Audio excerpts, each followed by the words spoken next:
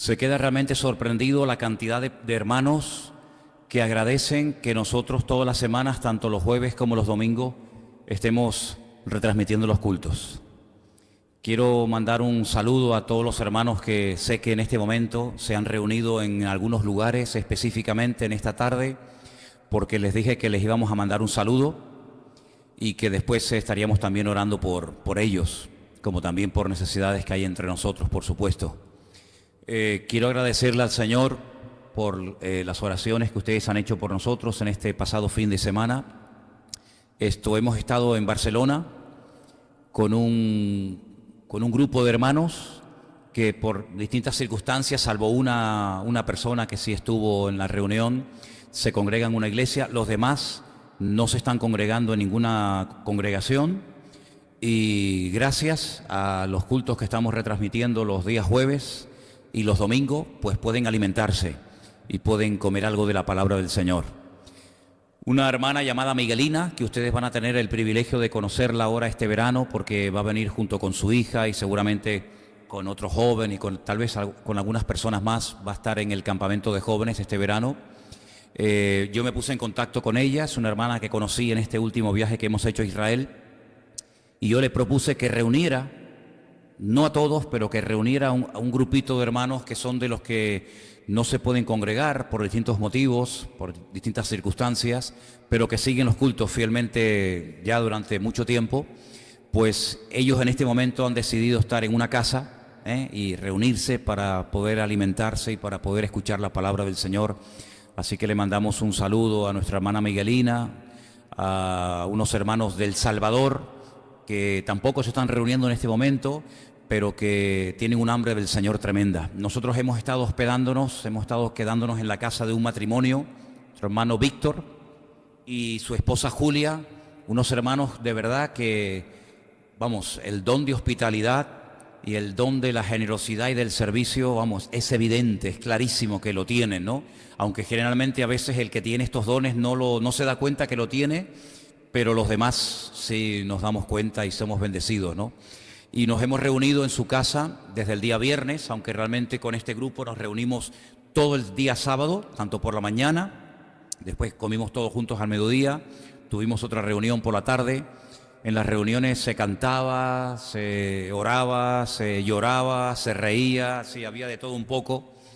También el domingo por la mañana tuvimos otra reunión, después del almuerzo tuvimos otra, y el domingo por la mañana participamos de la Santa Cena, partimos el pan y el vino y estuvimos allí con los hermanos.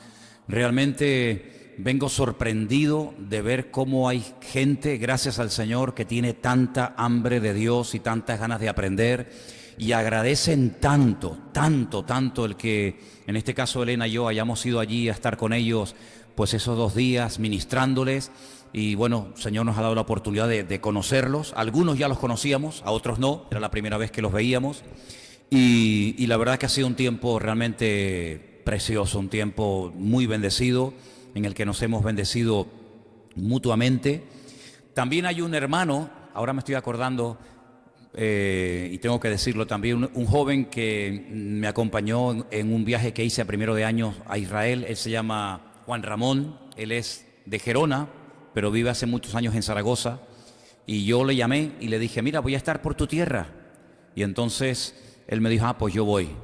Y se vino con su coche desde Zaragoza hasta Barcelona, estuvo el sábado durmiendo en un hotel para poder también estar con nosotros el domingo, y luego al día siguiente se marchó.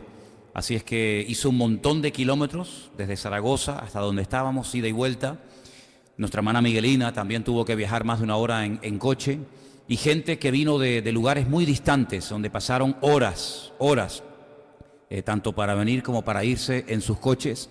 Y es que la verdad es que es un privilegio el poder atender y el poder ayudar a gente que se esfuerza por las cosas del Señor, que están dispuestos a recorrer horas y kilómetros para ir a recibir algo de palabra, para demostrarte su aprecio, su amor, su cariño, su amistad. Y este ha sido el caso, Hemos estado en la casa de estos hermanos, una casa muy linda que tienen en el monte, y allí hemos estado hospedados. Nos dejaron su propia habitación, ellos se fueron a dormir a otra habitación, pero ellos nos dejaron su habitación de matrimonio y allí hemos estado estos 2 días y hemos hecho las reuniones al aire libre, porque el hermano tiene como si fuera una especie de patio, y allí hemos puesto unas mesas muy largas. Yo no sé si se ha subido por ahí alguna foto por el Facebook, y a lo mejor la habéis visto, y allí hemos estado desde la mañana hasta prácticamente la noche, horas y horas hablando del Señor, compartiendo la palabra, tomando apuntes, haciendo preguntas, y hemos quedado, ahora viene ya el verano, prácticamente ya empezó hoy el verano y se nota, ¿verdad? Hemos acordado con ellos que para el mes de septiembre volveríamos otra vez a tener una reunión con ellos, y les propuse, puesto que hay algunos en el grupo que ni siquiera nunca han ido a ninguna iglesia y que no están bautizados, les he propuesto hacer en septiembre un culto donde puedan bautizarse las personas del grupo que quieren dar este paso y poner también en obediencia, este paso de obediencia a la palabra del Señor en sus vidas, ¿no? Así que oren mucho por estos hermanos, oren mucho por este grupo. Nuestra hermana Miguelina es odontóloga. Ella vive encima de la clínica que ella tiene la clínica, después encima tiene su casa, pero debajo de la clínica tiene un sótano, tiene un salón, y ha decidido arreglarlo, acondicionarlo lo mejor posible, para que en septiembre, si Dios quiere, cuando nos volvamos a reunir con el grupo y con alguna persona más que venga, pues podamos tener ese salón a nuestra disposición. Incluso se puede quedar la gente allí a dormir y bueno, se pueden hacer muchas cosas, ¿no? Así que hay mucho ánimo, mucho deseo de agradar y de servir al Señor, y esto es muy bueno, sobre todo en los tiempos en los que estamos viviendo, ¿no? Conocimos a una familia de hermanos que son del Salvador. Estaba la esposa, el marido, uno de los hijos, la suegra, y estos hermanos nos contaban de la situación de algunas congregaciones, de las barbaridades que se enseñan, que se predican, que se practican, y es una lástima, sinceramente es una lástima que haya muchas personas que buscan una iglesia, pues, oye, donde se predique la palabra, ¿qué más, no? De sana doctrina, donde se alabe al Señor, donde el centro de atención sea el Señor, y lamentablemente no es fácil. Es tremendo, ¿no? Lamentablemente no es fácil a veces encontrar una iglesia normal donde poder congregarse. Y entonces, bueno, pues gracias al Señor que a través de internet estos hermanos se pueden alimentar, ¿no? Hoy también me escribía una hermana que no conozco personalmente, que vive en Israel, y también se ha puesto en contacto con nosotros porque dice que la página web de la iglesia está siendo de mucha bendición para su vida. Probablemente ahora, no sé, o más tarde verá el culto. También me escribía otro hermano desde México esta tarde, del estado de Chiapas. Ustedes saben que los cristianos han sido muy perseguidos en ese estado de México, incluso han quemado iglesias, han matado a creyentes, a pastores incluso en el estado de Chiapas, y tenemos muchísima gente que nos oyen y nos siguen desde ese estado y desde otros lugares de México. Y el hermano me decía, dice, mira, me voy rápido a terminar el trabajo porque yo todos los jueves no me pierdo el estudio, no me pierdo la predicación, no me pierdo la enseñanza. Así que damos gracias al Señor por estos medios, por las puertas que Dios abre, porque Dios pone en contacto a gente con hambre del Señor, como nos pasó con el caso de nuestro hermano Adolfo y su familia en Israel y en otros lugares. Así que yo pido que por favor oremos, aunque ustedes no conocen a estos hermanos, yo espero y haremos todo lo posible para ver si poco a poco se van conociendo, ellos van viniendo para acá o algunos de ustedes me acompañan de vez en cuando, para que mutuamente entendamos y le demos gracias al Señor por las bendiciones que el Señor nos ha dado, porque somos realmente cristianos privilegiados. Yo lo siento así. ¿Usted también, hermano? Siento que somos gente realmente privilegiada, y hay algo que nos une, y es el amor a Dios y el amor a su palabra. En este grupo, una de las cosas que se hace, nuestra hermana Miguelina lo hace en su clínica, y Víctor y otros hermanos, es regalar continuamente Biblias a la gente. Eso es una cosa que me ha llamado mucho la atención. Constantemente están comprando y comprando Biblias, y siempre tienen un montón de Biblias para regalar a la gente nueva. Y mucha gente, hermanos, mucha gente ha llegado a aceptar y a conocer al Señor leyendo la Biblia.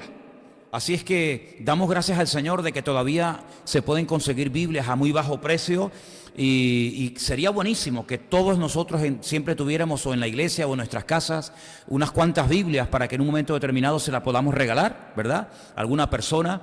Y hay algunos del grupo que nunca han ido a ninguna iglesia, algunas personas que dicen, bueno, yo acepté al Señor, yo no sé si soy evangélica, yo no sé lo que soy, yo lo que sé es que amo al Señor, que le entregué mi vida.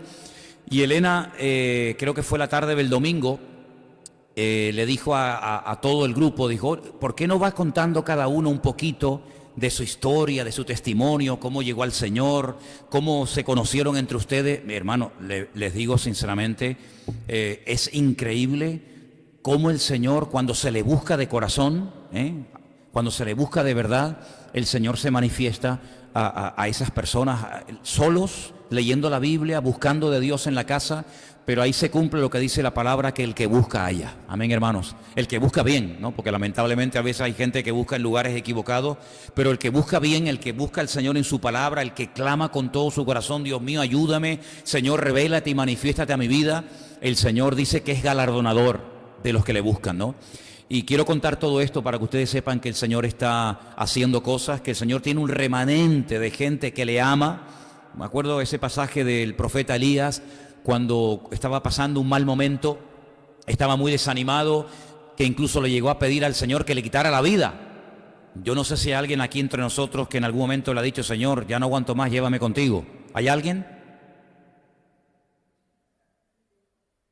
Bueno, gracias a Dios que no me siento solo, ¿no? Hay momentos en los que uno dice, Señor, llévame contigo, ¿no? Y Elías le dijo, Señor, ya no aguanto más. Incluso dijo algo que todos conocemos, Señor, me siento solo. Yo solo estoy en todo un país, yo solo en todo un país te estoy alabando. Y dice que el Señor le respondió y le dijo algo que él no sabía, pero que yo creo que le trajo mucho ánimo. Dice, hay 7,000. 7,000 es mucha gente, y más en aquellos tiempos. Hay 7,000 que no han doblado su rodilla ante Baal. ¿Dónde están? A ti eso no te interesa. Pero hay remanente, hay pueblo de Dios. Y tenemos que orar para que el Señor nos ponga, si así lo Él considera oportuno, nos ponga en gracia y en contacto con personas que están buscando de Dios, pero que tal vez están sin congregarse, o heridos, o viven en el Quinto Pino y no tienen forma de reunirse. Pero gracias al Señor que Dios es bueno y siempre da alimento al que lo busca de corazón. Amén, hermanos. Bueno, pues vamos a comer en esta tarde. ¿Tienen hambre? ¿Sí? ¿Tienen hambre? ¿Seguro? Estaba leyendo y en este mini retiro, ¿no? Porque realmente ha sido como un retiro muy intenso que hemos tenido en este fin de semana. Hubo un momento en el que se leyó Mateo capítulo 23. Y el capítulo 23 del Evangelio de Mateo es un capítulo durísimo. ¿Saben de lo que trata? ¿Alguien sabe? ¿Mateo 23? ¿No? Mateo 23 es el mensaje durísimo que el Señor le lanza a los escribas y a los fariseos de su época, ¿se acuerdan?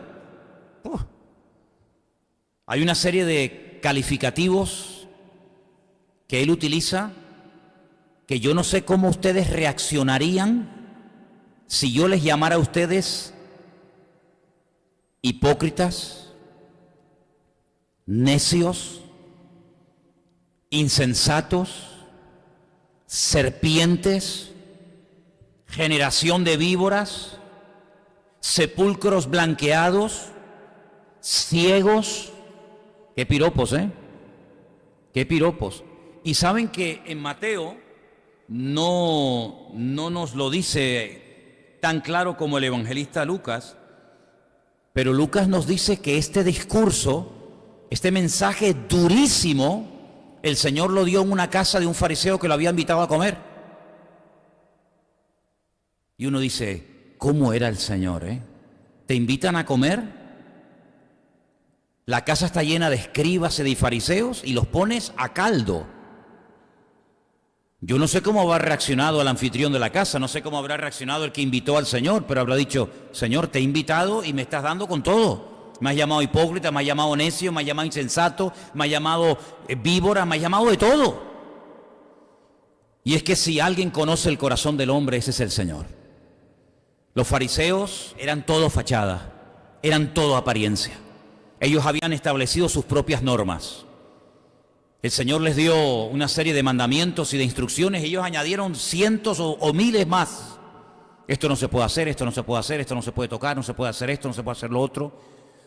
Y este grupo, fariseos, que significa los separados, eso es lo que significa la palabra fariseos, los separados, es decir, los que se separaban de la sociedad y se querían dedicar única y exclusivamente a servir a Dios, empezaron bien, pero con el paso del tiempo terminaron torciéndose.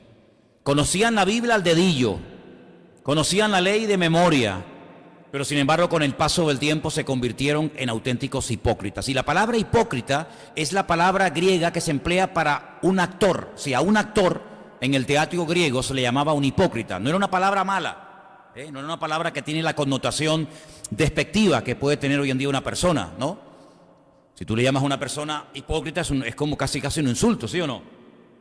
Sin embargo, en el teatro griego a los actores se le llamaba hipócritas, y después esa palabra se utilizó en el cristianismo para las personas que fingen ser una cosa pero luego son otra. Y es que el actor hace un papel a veces totalmente diferente a lo que él es. Un actor puede hacer de delincuente y puede ser una persona honesta en su vida privada. Un actor puede hacer de ladrón, un actor puede hacer de criminal, un actor puede hacer papeles que no tienen nada que ver con lo que él o ella es verdaderamente en el fondo. Incluso algunos en aquel tiempo se ponían una careta, ¿verdad? Y de ahí viene la palabra hipócrita, y el Señor la utiliza en varias ocasiones en este tremendo discurso, Mateo capítulo 23, por si después que lo quieren leer tranquilamente en casa. Pero hay un momento, aunque ahora después volveremos al capítulo 23, hay un momento cuando el Señor termina el discurso, lo que les tiene que decir a ellos, y hay un versículo en el capítulo 23 que yo quiero leer en esta tarde, es el 37. Mateo, por favor, Mateo capítulo 23, verso 37, ahí lo tenemos, pueden verlo si quieren en la pantalla, donde el Señor dice: Jerusalén, Jerusalén, que matas a los profetas y apedreas a los que te son enviados. ¿Cuántas veces quise juntar a tus hijos como la gallina junta a tus polluelos debajo de las alas y no quisiste? Ahí el Señor está expresando lo que Él quería hacer, pero que no se materializó, no porque no tuviera el poder de hacerlo, sino porque las condiciones de esa ciudad no se daban. ¿Cuántas veces quise? Si en varias ocasiones el Señor quiso hacer algo hermoso en la ciudad de Jerusalén, traer unidad, poner el ejemplo de la gallina, ¿no? Cuando junta a todos los pollitos para que no se le escapen ni ninguno sea presa de ningún ave ni nada por el estilo. Dice, así es lo que yo quería hacer, yo quería juntarle, yo quería que hubiera unidad, yo quería que fuera una ciudad bendecida, yo quería hacer algo bonito que sorprendiera al mundo y que Jerusalén fuera un botón de muestra, un punto de referencia para todo el mundo. Pero no quisieron ustedes. Yo quería, pero ustedes no querían. Y por cuanto no habéis querido, he aquí, dice versículo 38, vuestra casa os es dejada desierta. Sí, lo que podía haber sido no fue porque ustedes no quisieron que ocurriera. Y en los años venideros, en los próximos años, Jerusalén fue atacada, saqueada, destruida, el templo quemado, miles y miles de personas murieron. Fue un auténtico desastre que se podía haber evitado si Jerusalén hubiera abierto los brazos de par en par al Señor y lo hubieran recibido y lo hubieran aceptado y hubieran creído en Él, etcétera, etcétera. Y esto me ha hecho a mí pensar que así como el Señor tiene planes tenía planes para Jerusalén y tiene planes para su pueblo y para las naciones y para las ciudades de la tierra, el Señor también para todos y cada uno de nosotros tiene planes y tiene proyectos y tiene una voluntad. Y dice que desde antes de la fundación del mundo ha preparado obras, ya están preparadas las obras desde antes de la fundación del mundo para que las descubramos y andemos en ellas. Pero mi pregunta en esta tarde es, ¿nuestra actitud va a ser la correcta para descubrir y discernir verdaderamente la voluntad de Dios y lo que Él realmente quiere hacer en nuestra vida? ¿O se nos va a perder vamos a perder la oportunidad de haber podido realizar cosas preciosas para el Señor? Porque Jerusalén tuvo su momento, Cuando el Señor entra triunfalmente en Jerusalén, saben ustedes bien, en aquel día montado en el pollino de asno, Él dijo: ay, si ustedes supieran lo que significa para vosotros este día, esta visita especial, el cumplimiento de este día, este tiempo profético. Pero la pregunta es, ¿por qué no se dieron cuenta de que ese día era su oportunidad? Porque yo veo en el Antiguo Testamento que cuando un profeta llamado Jonás fue a la ciudad de Nínive y les advierte del peligro y les dice que en un margen de tan solo 40 días, la ciudad puede llegar a ser destruida. Ellos reaccionaron y se arrepintieron. Y la ciudad de Nínive, por lo menos en la época, en la generación de Jonás, no fue destruido.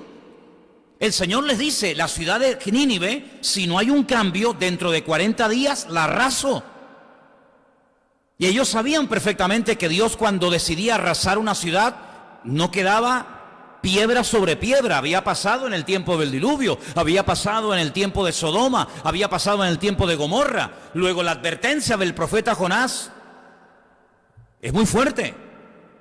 Pero ellos no reaccionaron como la ciudad de Jerusalén, que dejó entrar al Señor y perdió su oportunidad histórica, sino que ellos reaccionaron, se arrepintieron de verdad, desde el más grande hasta el más pequeño, se humillaron, buscaron al Señor, se arrepintieron, ayunaron, etcétera, y el Señor no arrasó a la ciudad de Nínive. ¿Por qué? Porque hubo un cambio, en este caso para bien. Hay una advertencia, reaccionan positivamente, la ciudad no es destruida. Jerusalén, entra el Señor, dice que la quiere bendecir, que la quiere unir, que la quiere prosperar, no hay un cambio positivo. Con el paso del tiempo Jerusalén fue destruida y durante mucho tiempo abandonada. ¿Os dais cuenta cómo no solamente en ciudades, sino que yo creo que también a nivel personal podemos perder grandes oportunidades en nuestra vida? Oportunidades que yo no tengo la garantía para decirles que vendrán en el futuro. No lo sé, no lo sé. No sé si habrá otra oportunidad, no sé si habrá otra ocasión en la que el Señor vendrá y tocará la puerta de tu corazón o llamará a otra persona, porque ninguno de nosotros somos imprescindibles en el reino. Amén, hermanos. Ninguno de nosotros somos imprescindibles. Si tú no quieres, no te preocupes, que el Señor llamará a otro, aunque tú te vas a perder la bendición.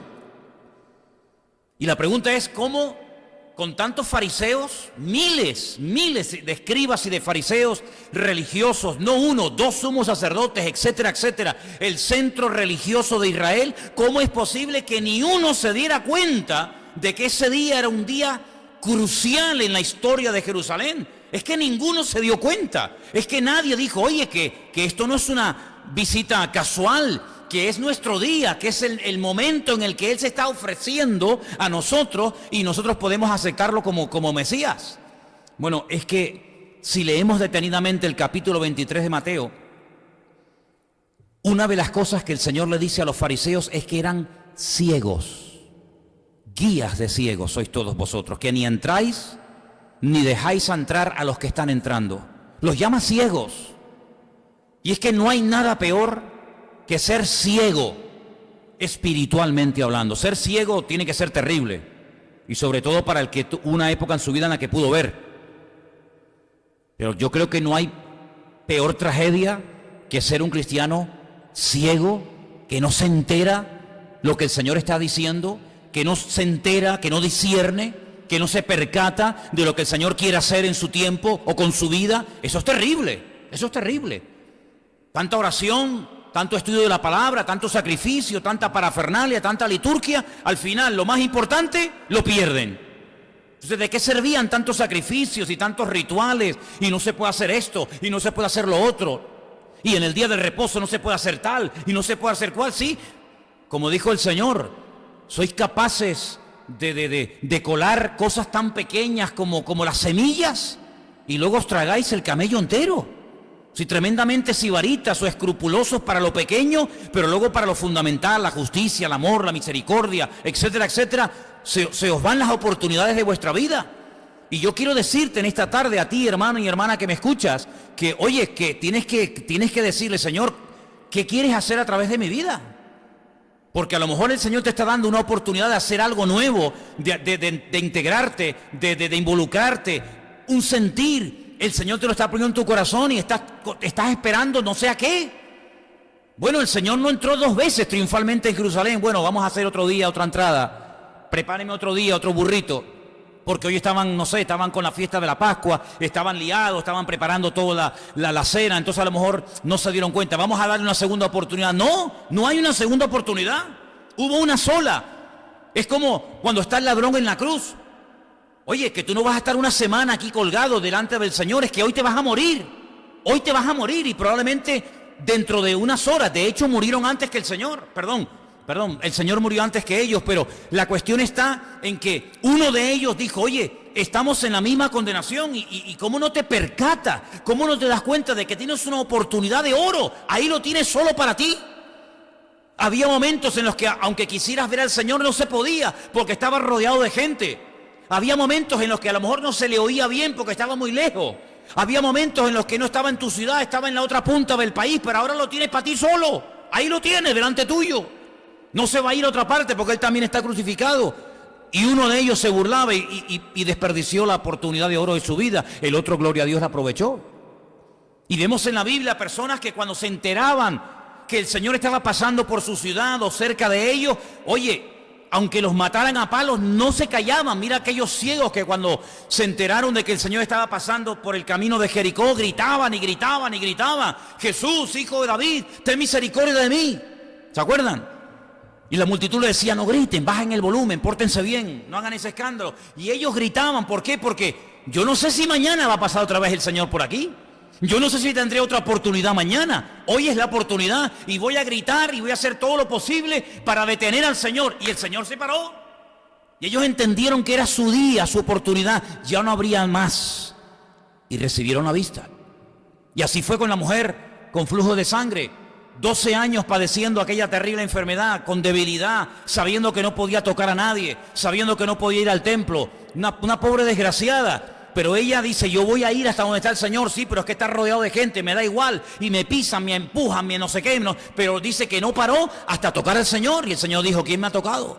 Sí, yo veo que hay gente como que dejaban pasar la oportunidad. Y otros decían: no, hoy es mi día y de aquí no me muevo. Como dijo Jacob: yo no te suelto hasta que tú me bendigas. Amén, hermanos. Y esa es la actitud que deberíamos tener todos. Hoy es mi día. ¿Cuál es tu día? Hoy jueves. Hoy jueves tu día. El jueves, el domingo, yo no sé si estaremos aquí. Hoy es el día de consagrarme al Señor. Hoy es el día de arrepentirme si es que me tengo que arrepentir de algo. Hoy es el día de entregarme. Hoy es el día de dejar ya la tontería y consagrarme al Señor. Hoy es tu día. ¿Cuántos dicen amén? No les oigo. ¿Cuántos dicen amén? Tienes que aprovechar tu oportunidad porque mañana yo no sé. No, yo vengo el domingo. ¿Y quién te dice a ti que el domingo estaremos otra vez aquí? ¿Quién te dice a ti que esta noche no vas a morir? No tenemos ninguna garantía de que mañana estaremos aquí o el domingo. No lo tengo. Por lo tanto, hoy puede ser el último culto de nuestra vida. Hoy puede ser mi último mensaje. Hoy puede ser el último mensaje que escuches. Por eso lo que tengas que hacer, como dijo el Señor aquel, aunque sea para mal, pero hazlo pronto. No te jactes del día de mañana, dice Proverbios 27:1. No te jactes, no presumas del día de mañana, porque nadie es dueño del tiempo, solamente nuestro Dios. Y por eso me da mucha lástima que la ciudad de Jerusalén perdió un momento, una oportunidad preciosa y la dejaron pasar, y así le fue. Otra cosa que me llama mucho la atención es que a veces nos esforzamos para cosas que realmente no merecen la pena tanto esfuerzo. Una de las cosas que me llama la atención en Mateo 23 dice: el Señor era muy observador y le dice a los escribas y fariseos: ¿sois capaces de recorrer mar y tierra, hacer cientos de kilómetros para ganar a un alma, para ser un prosélito, para convertirlo a vuestra causa? Y una vez que lo habéis convertido, se convierten 2 veces más hijos del infierno que antes. Es decir, personas que estaban dispuestas a esforzarse, montarse en barco, hacer lo que fuera, con tal de llegar a una persona y decir: ay, tengo un discípulo, he ganado un alma. Pero al final, ¿para qué? Para dejarlo peor de lo que estaba. Esfuerzos inútiles, esfuerzos innecesarios. Una vez el Señor fue muy claro y en esto dijo: no se esfuercen tanto por el tema de la comida, del vestido, atesorando y atesorando cosas, sino más bien inviertan ese esfuerzo en las cosas eternas y en las cosas que no perecen, ¿verdad? Hay un esfuerzo que no merece la pena ni gastar ni una gota de sudor por él, ¿verdad? Como dijo uno de los autores de la Biblia, del Nuevo Testamento, dice: arrepiéntanse, porque también de eso tenemos que arrepentirnos. No solamente de los pecados que hemos cometido, sino de obras muertas. En el libro de Hebreos dice: arrepiéntanse de obras muertas. ¿Y eso qué es? Porque eso entra dentro de la lista de los rudimentos, ¿verdad? La fe en Dios, la doctrina de bautismo, el arrepentimiento de obras muertas. Eso era lo básico, eso era lo elemental, lo que se le enseñaba a un recién convertido.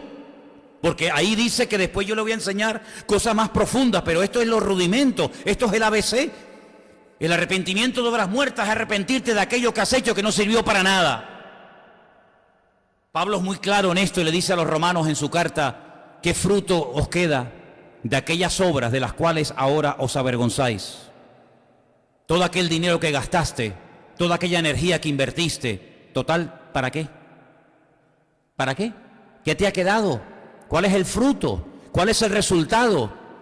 Toda una santa noche sin dormir estuvieron algunos discípulos intentando pescar. ¿Para qué? Para nada. Tiempo perdido, esfuerzo perdido, una noche en vela para nada. El Señor les dice: ¿habéis pescado algo? Ahí no puedes fingir, ahí no puedes aparentar. Bueno, sí, tenemos la barca llena. No, ¿dónde están? A ver. No, mira, Señor, nada. No hemos pescado nada. Entonces, ¿de qué ha valido ese esfuerzo? ¿De qué ha valido ese trabajo? ¿De qué ha servido? De nada. ¿De qué sirvió el esfuerzo brutal? Las cantidades impresionantes de material y de dinero que se gastaron en la construcción de la Torre de Babel. No sé cuánto tiempo estuvieron construyendo, nadie lo puede saber con exactitud. Probablemente meses, tal vez años. Al final, ¿para qué?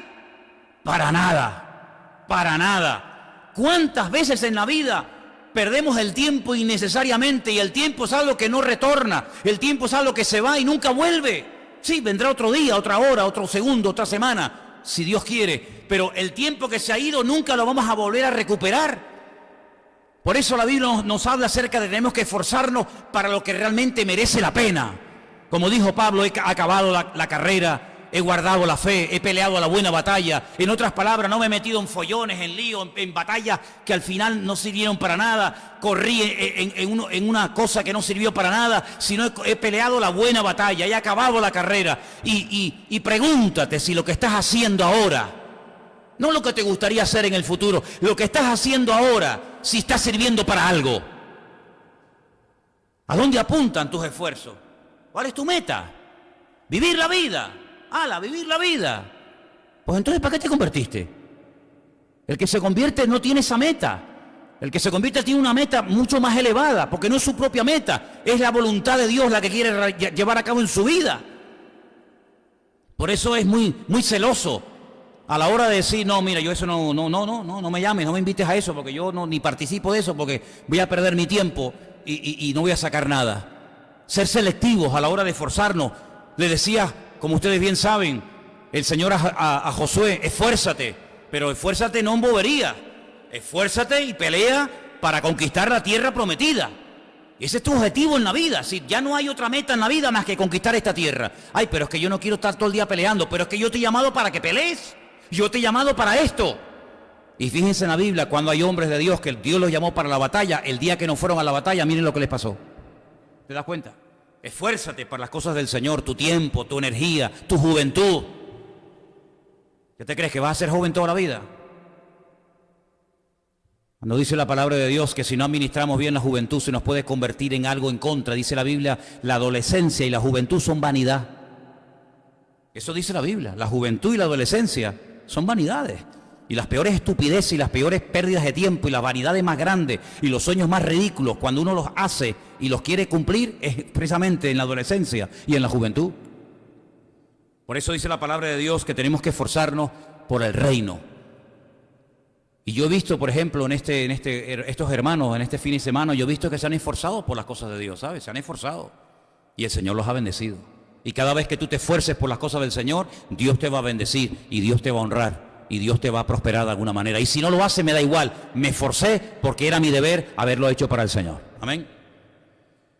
Luego también en el capítulo 23, parece que cambia un poco de tema, pero yo quería tocar esto porque me llamó mucho la atención lo que el Señor dice en el versículo 35.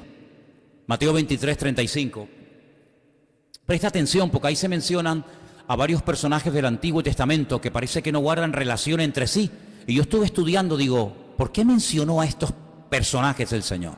Dice el versículo: para que venga sobre vosotros, esta es la conclusión del mensaje de la visita a la casa del fariseo, para que venga sobre vosotros toda la sangre justa que se ha derramado sobre la tierra, desde la sangre de Abel el justo hasta la sangre de Zacarías, hijo de Berequías. Ahí hay un fallo porque realmente no era hijo de Berequías, eso fue un fallo del copista, ahora lo vamos a ver, a quien matasteis entre el templo y el altar.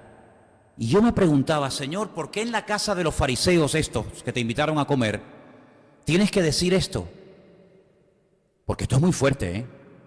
Porque si tú haces una cosa mal, allá tú. Pero el Señor les está diciendo que sobre ellos se iba a demandar toda la sangre de todos los justos desde la época de Abel hasta este hombre que mataron entre el templo y el altar llamado Zacarías. Eso tiene que tener una explicación. ¿Por qué no mencionó a otros personajes? ¿Por qué menciona a esos? Vamos a ir al Antiguo Testamento, al libro de Crónicas, donde se relata la muerte de este personaje llamado Zacarías. Segunda de Crónicas 24:20. Y presten atención, por favor. Segunda de Crónicas 24:20. Ahí lo tienen si lo quieren leer. Entonces el Espíritu de Dios vino sobre Zacarías, hijo del sacerdote Joiada. ¿Os dais cuenta cómo hay un fallo? Este es el real, el texto de Mateo se copió mal y puso Berequías, pero no es realmente Berequías, sino que Zacarías era hijo del sacerdote Joiada. Fue un error en la hora del copista, el que hizo esa escritura. Dice, y puesto en pie, donde estaba más alto que el pueblo, les dijo, son palabras de este sacerdote, así ha dicho Dios, ¿por qué quebrantáis los mandamientos del Señor? No os vendrá bien por ello, porque por haber dejado al Señor, Él también os abandonará. Pero ellos hicieron conspiración contra Él y por mandato del rey lo apedrearon a un sacerdote, hasta matarlo, como hicieron con Esteban, ¿se acuerdan? En el patio de la casa del Señor. Verso 22. Así que el rey Joás no se acordó de la misericordia que Joiada, padre de Zacarías, había hecho con él. Antes mató a su hijo, quien dijo al morir, miren las últimas palabras, el Señor lo vea y lo demande. Seguimos con el siguiente texto. A la vuelta del año subió contra él el ejército de Siria y vinieron a Judá y a Jerusalén y destruyeron en el pueblo a todos los principales de él y enviaron todo el botín al rey de Damasco. Verso 24, porque aunque el ejército de Siria había venido con poca gente, el Señor entregó en sus manos un ejército muy numeroso, por cuanto habían dejado al Señor, el Dios de sus padres, así ejecutaron juicios contra Joás. Es decir, lo que sembraron fue lo que terminaron cosechando. Ahora, nuestras Biblias, el Antiguo Testamento, tiene exactamente el mismo número de libros que tiene la Tanaj, es decir, el Antiguo Testamento de los judíos, para que me entiendan. En el pueblo de Israel, los que no son convertidos al Señor, los que no aceptan a Jesús como el Mesías, solamente tienen y leen el Antiguo Testamento, lo que se llama la Tanaj, que es la unión de la Torá, de los Neviín, los profetas, y de los Ketubín, que son lo que llaman los escritos. Y con esas tres palabras forman una que es la palabra Tanaj. La diferencia entre el Tanaj de ellos y el Antiguo Testamento nuestro, para que me entiendan, es que el Antiguo Testamento nuestro termina con el libro de... ¿Cuál es el último libro del Antiguo Testamento? Malaquías. ¿Y cuál es la última palabra del Antiguo Testamento? Búsquenlo, vamos, trabajen, venga. Todos habéis traído Biblia, ¿no? ¿No? ¿Qué vienen? ¿A escucharme a mí nada más o qué? Venga, saquen las Biblias, abra su Biblia, dígame cuál es la última palabra del Antiguo Testamento. Maldición. ¿Y cómo lo sabes? ¿Porque lo has leído? ¿Ah? Traigan la Biblia a la iglesia, por amor de Dios, por favor, hermanos. Traer las Biblias a la iglesia, hombre. Los judíos dijeron, ¿cómo vamos a terminar nuestra historia? ¿Cómo vamos a terminar la Tanaj, el Antiguo Testamento, mencionando la palabra maldición? Eso es muy fuerte. Entonces cambiaron el orden. Y en vez de ser Malaquías, el último libro del Antiguo Testamento, el último libro del Antiguo Testamento de una Biblia hebrea, judía, es el libro de Segunda de Crónicas. ¿Se da cuenta? Para no terminar con la palabra maldición. Así que el primer libro sería Génesis, todo el orden más o menos sigue igual, pero el último libro, en vez de Malaquías, repito, sería Segunda de Crónicas.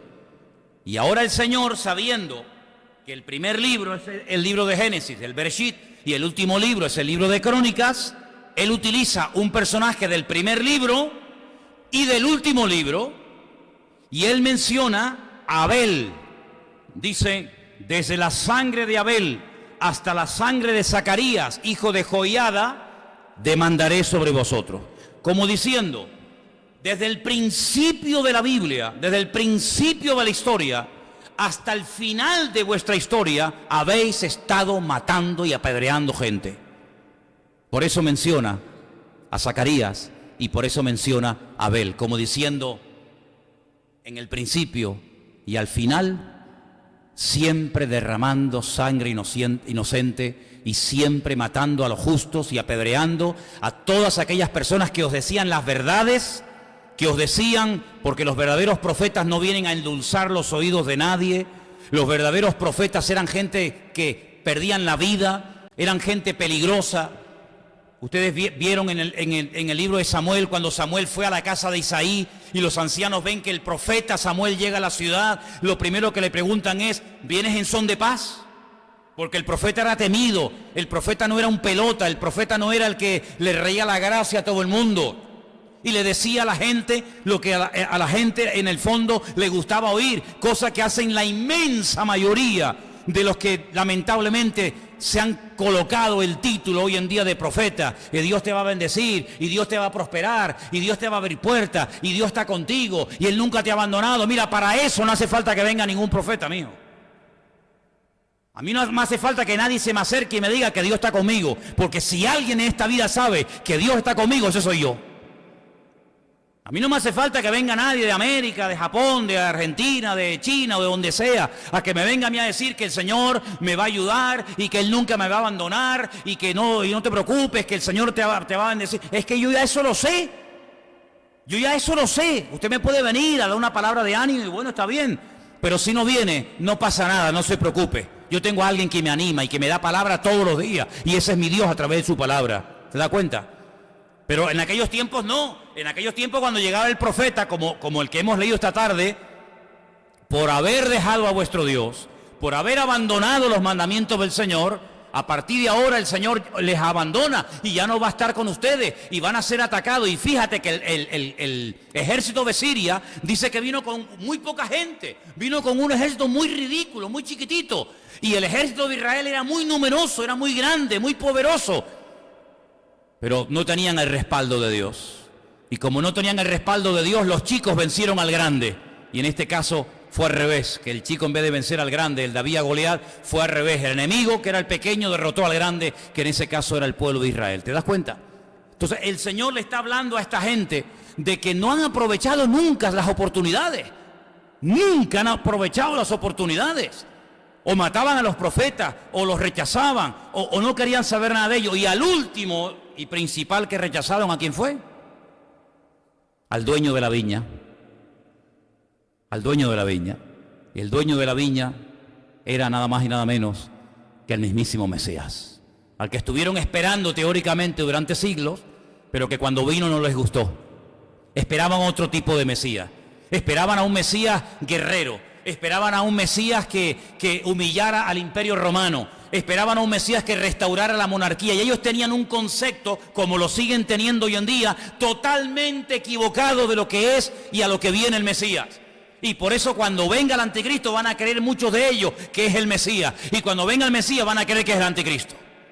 Porque no hay nada peor que ser ciego espiritualmente. No hay nada peor que no tener discernimiento espiritual. Y el discernimiento espiritual, dice Hebreo, que viene por el uso. Ya sé que hay un don que dice discernimiento de espíritu, pero la Biblia dice que por la práctica, por estar metido en las cosas de Dios, el discernimiento se desarrolla y puedes llegar a discernir entre el bien y entre el mal. Y no tienes que estar todo el santo día preguntando y preguntando y preguntando, sino que el Espíritu de Dios que mora en ti da testimonio a tu espíritu de que eso no le agrada al Señor, o de que eso sí le agrada al Señor, de que a ese lugar no se debe de ir, o a ese lugar sí se debe de ir. Tú fíjate, por ejemplo, en la vida del apóstol Pablo, Saulo. Dice la Biblia que el Espíritu le decía, no, ahí no entre. O sí, allí entra. Y él era guiado por el Espíritu de Dios. Y aunque a veces se le abrían puertas, él decía, Dios no me está dando paz para que me meta por este camino, sino que iba a un lugar y allí lo estaban apedreando, lo metían en la cárcel, pero era el lugar donde el Señor quería que estuviera en aquel momento. Porque no siempre el lugar donde uno va a estar va a ser el más amplio, el más bonito, el más cómodo, el más maravilloso, sino que a veces puede ser que el lugar idóneo para tu vida sea la mazmorra, la cárcel. Estaba Felipe en la ciudad de Samaria poniendo las patas arriba, ¿se acuerdan? Fueron perseguidos en Jerusalén y todos salieron corriendo. Él era un diácono, se fue a la ciudad de al lado, se fue a Samaria, y dice que allá había una multitud de gente que se convertía, y endemoniados y enfermos se sanaba, hasta que el Espíritu de Dios le habló a Felipe y le dijo, vete al desierto. Alguien podría decir, pero eso no es de Dios. Yo estoy en medio de una multitud, yo estoy administrando a un montón de gente, y ahora va a sacar el Señor a Felipe y lo va a mandar al desierto. ¿Para qué? ¿Para qué? Me hacía mucha gracia el testimonio de Juan Ramón cuando decía que él había tenido muchos problemas con su padre cuando era joven, y el Señor le ponía a él en su corazón atender a su padre, y él le decía al Señor, Señor, yo tengo otro hermano, ¿por qué no mandas a mi hermano a que atienda a mi padre con lo mal que se portó conmigo? Y el Señor decía, no, eres tú el que tienes que ir, ¿verdad? Felipe podía haber dicho, pero bueno, yo estoy en media hora de aquí de un montón de gente atendiendo una campaña evangelística con milagros, con sanidades, con liberaciones, multitudes. Ahora yo dejar todo esto en manos de ¿quién? ¿Y quién se va a encargar de todo esto para irme al desierto? ¿A qué? Porque dicho sea de paso, el Señor no le dijo a qué. Porque a veces tenemos la costumbre de que tenemos que tenerlo todo claro. Y todo lo tenemos que tener súper amarrado para poder dar un paso de fe. Y el Señor le dijo, vete al desierto. Y él dijo, al desierto me voy. Y empezó a caminar por el desierto. Y en pleno desierto ve a lo lejos, porque hay que tener los ojos bien abiertos, porque a veces la respuesta está delante de tus narices y no te das cuenta que está. Y ve venir un carro con un hombre de color encima, un hombre bien vestido. Era el funcionario de una reina etíope llamada Candace, y oyó que venía leyendo un pergamino, un trozo del pergamino del profeta Isaías, que le habrá costado una barbaridad comprarlo en Jerusalén. Y él volvía de Jerusalén sentado en su carro leyendo al profeta Isaías, pero dice que leía y no entendía. Leía y no entendía. Y venía leyendo nada más y nada menos que el capítulo 53 del libro de Isaías. Y Felipe, utilizando lo normal, lo natural, porque dice la Biblia que tenemos que ser prudentes como serpientes, pero sencillos como palomas, utilizando la sencillez de una simple pregunta, le dice al etíope eunuco, ¿entiendes lo que lees? Muchos rabinos hoy en día leen Isaías 53 y no se aclaran, no saben ni de quién está hablando ahí el autor, y le dice, ¿tú entiendes lo que lees? Y este hombre, en un acto de humildad tremenda, le responde a Felipe, le dice, ¿y cómo voy a entender esto si no hay alguien que me lo explique? Y entonces Felipe se monta en el carro, viaja con él durante horas, días, semanas, yo no sé, y le va explicando, y le va explicando, y le va mostrando cómo se cumplió todo en la persona del Señor. Y hay un momento en el que nace del etíope y le dice a Felipe, luego le tuvo que hablar del tema, yo puedo ser bautizado. ¿Hay algo que impida que yo sea bautizado? Y Felipe dice, no, si crees en Jesucristo y lo tienes claro, no hay ningún impedimento. Dice que bajaron al agua, seguramente en un oasis, allí en medio del desierto, lo bautizó, y cuando salieron del agua el Señor arrebató a Felipe y se encontró en la otra punta, en un lugar llamado Azoto, y el etíope siguió, dice, gozoso su camino. Y la historia secular dice que este etíope llegó a Etiopía, evangelizó a la reina etíope Candace, cientos o miles de etíopes se convirtieron y hasta el día de hoy hay miles de etíopes convertidos y se cree que fueron por el trabajo de aquel etíope que después Tomás, un discípulo de Cristo, fue allí y terminó de predicarles el evangelio. ¿Te das cuenta? Para salvar a uno, el Señor movilizó al hombre más ocupado, al hombre que estaba en medio de un movimiento más grande que lo que estaba ya pasando en Jerusalén.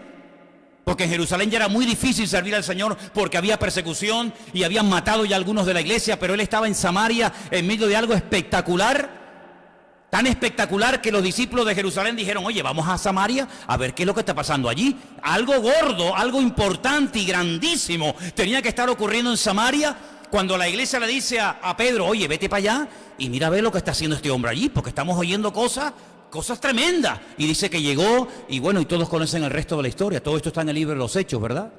Bueno, pues de ahí, de algo tan importante, de algo tan impactante, saca el Señor a Felipe y se lo lleva ¿a dónde? Al desierto. Hay muchos que les gustaría salir del desierto para ir y tener un ministerio como el de Felipe, ¿verdad? Pero el Señor lo hace al revés. El Señor lo saca de lo grande y lo manda al desierto a empezar de cero. Y después este hombre aparece otra vez en el libro de los Hechos, casado, con 4 hijas, viviendo en la ciudad de Cesarea, recibiendo a Pablo en su casa, un profeta llamado Agabo. Las hijas también logró involucrarlas en el ministerio, dice que las hijas profetizaban, y bueno, fue un testimonio tremendo, ¿te das cuenta? Entonces lo que yo quiero en esta tarde, que todos tengamos presente y le pidamos al Señor: Señor, quiero aprovechar las oportunidades que se me presenten.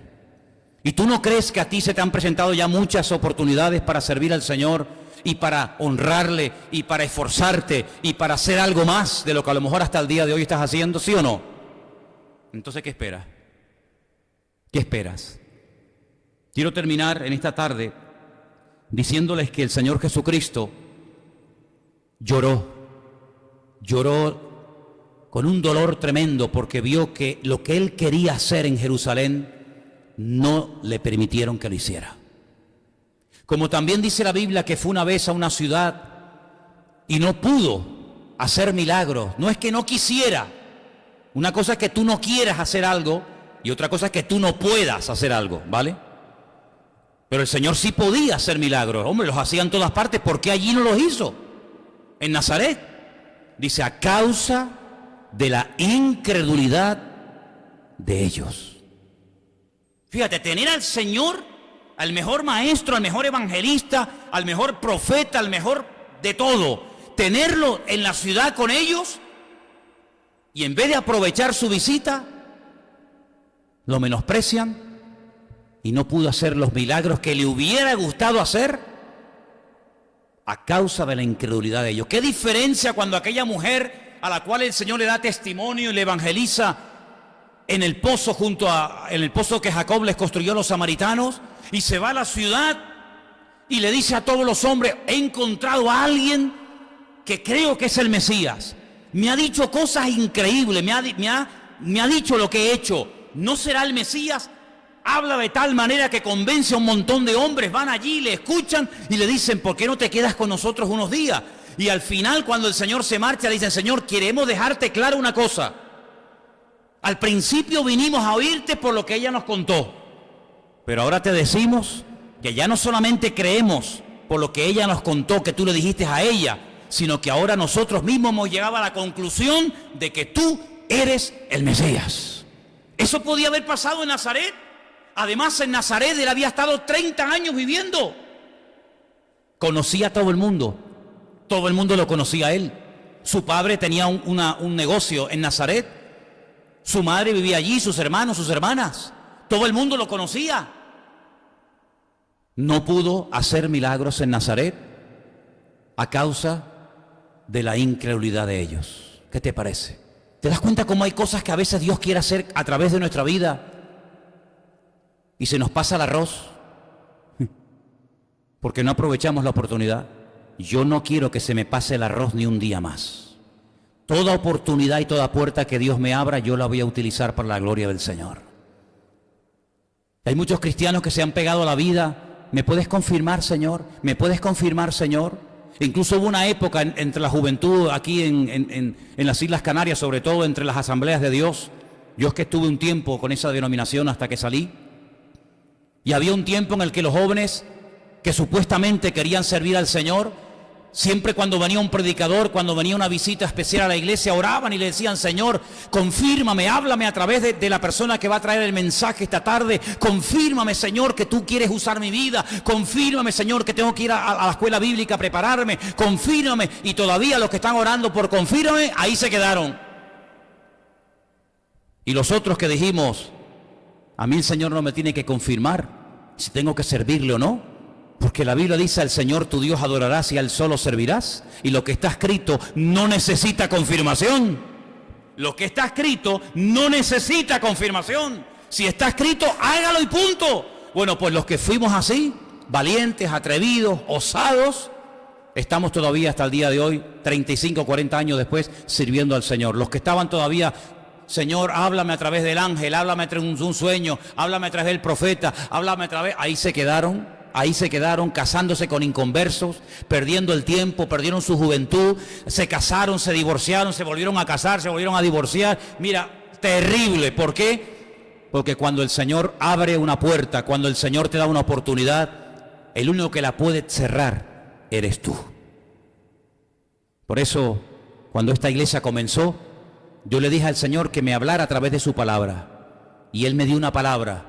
Y esa palabra se ha cumplido hasta el día de hoy. Aunque tienes poca fuerza, y en aquel momento tenías céntimos en el bolsillo, nada. Aunque tienes poca fuerza, y la fuerza en la Biblia es lo económico, el potencial económico, el patrimonio. Aunque tienes poca fuerza, por cuanto no has negado mi nombre, yo abro una puerta delante de ti, la cual nadie puede cerrar.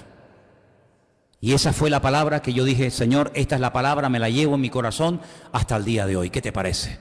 Así que aproveche su oportunidad. Tú dices: bueno, ¿qué oportunidad tengo de bautizarme? Hágalo ya. Hágalo ya. Tengo la oportunidad de coger esta tarde ahí un Nuevo Testamento, una Biblia que esté lleva ahí 10 meses. Dámela, que la voy a repartir a un vecino. La oportunidad que se te presente, aprovéchela, hermano, aprovéchela, y el Señor le va a honrar. Y el Señor le va a sorprender, porque hay bendiciones que pueden estar ahí detenidas, paradas, esperando la actitud correcta por parte de cada uno de nosotros. Amén, hermanos. Amén. Cierre sus ojos, vamos a orar en esta tarde a nuestro Dios.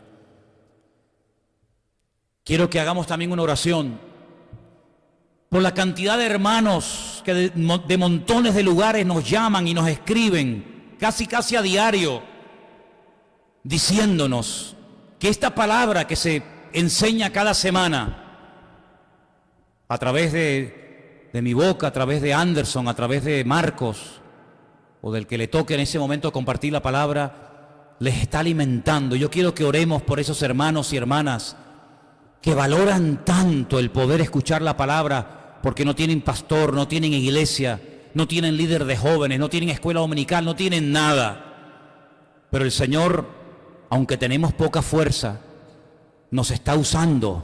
Parece mentira, hermanos. Nos está usando. A veces Dios coge lo que menos nos imaginamos para bendecir a otras vidas. Y yo quiero pedirle a los hermanos aquí presentes que oren por todas esas personas, hermanos y hermanas nuestras, que se han reconciliado con el Señor, que han conocido al Señor, que han crecido, que han madurado. Hoy me escribía un hermano, un joven de aquí de Tenerife, pero de otra congregación, que me dice: cómo he aprendido a través de aquellas clases de hermenéutica que se dieron en su momento. Testimonios cada día. Oremos para que el Señor nos use, hermanos. A uno nos va a utilizar en el púlpito, a otros en la oración, a otros en la alabanza, a otros en el sonido. Pero, hermano, cada uno de nosotros debemos de ser gente útil en las manos del Señor. Y queremos en este momento unirnos a favor de todos los hermanos y hermanas que nos ven, que nos escuchan, que nos siguen. Bueno, que te siguen a ti realmente a través de este medio.